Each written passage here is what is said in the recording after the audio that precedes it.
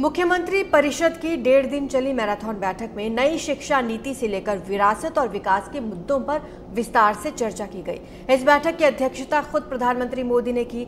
ये बैठक क्यों अहम रही, असम से लेकर बिहार तक राज्यों ने प्रधानमंत्री के सामने अपनी क्या उपलब्धियां बताई, देखिए रवीश रंजन शुक्ला की रिपोर्ट।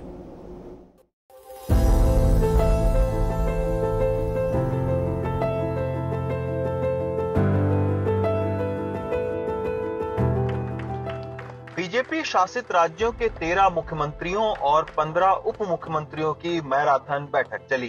दिल्ली में बीजेपी मुख्यालय में शनिवार शाम 6 बजे से शुरू हुई ये बैठक रविवार दोपहर तक चलती रही।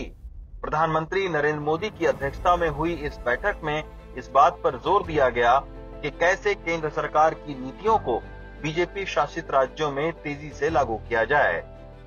वित्तीय वर्ष 2024-25 की ऐसी पहली बैठक जो लगभग 1.5 दिन के कार्यकाल में कल शाम से प्रारंभ हुई है और अभी समाप्त हुई है। बैठक में जो चर्चा हमेशा होती है वो मुख्य रूप में सरकार की विभिन्न कल्याणकारी योजनाओं के क्रियान्वयन के बारे में होती है और क्रियान्वयन के धरातल पर सैचुरेशन के लेवल पर हम कैसे पहुँचे, यानी जितने पात्र लाभार्थी हैं उन सभी तक हम कैसे पहुंच पाएंगे, इनके बारे में जो प्रयास होते रहे हैं, इन प्रयासों की भी चर्चा हुई।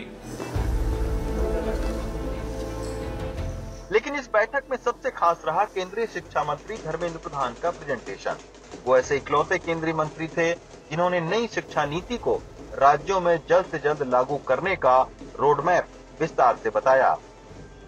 इस दौरान सभी मुख्यमंत्रियों ने अपने अपने राज्यों की खास नीतियों का खाका भी प्रधानमंत्री के सामने पेश किया। मसलन असम के मुख्यमंत्री ने बताया कि रिक्त पदों को पारदर्शी तरीके से कैसे भरा जाए।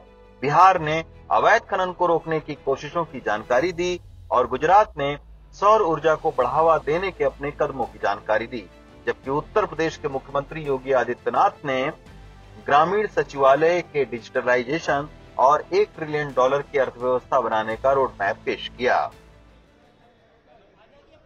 सूत्रों के हवाले से मुख्यमंत्री परिषद की इस बैठक में ये भी खबर आई कि काशी विश्वनाथ और राम मंदिर कॉरिडोर की तर्ज पर जो दूसरे राज्य हैं वो अपने अपने यहाँ के प्रमुख धार्मिक स्थल को विकसित करें और वहाँ पर भी कॉरिडोर बनाएं ताकि देश के अलग अलग हिस्सों से लोग वहाँ पर आएं। इसके अलावा प्रधानमंत्री ने अपने संबोधन में ये भी कहा कि 2047 में विकसित भारत बनाने का जो उनका सपना है वो विरासत को साथ लेकर ही विकसित भारत बनाने का है। बैठक में प्रधानमंत्री का जोर इस बात पर रहा कि सरकार की नीतियों का लाभ कैसे जल्द से जल्द जनता तक पहुंचे। प्रधानमंत्री ने अपने संबोधन में 2047 तक विकसित भारत बनाने और इसके लिए केंद्र और राज्य के बीच तालमेल की कोशिशों को विस्तार से समझाया।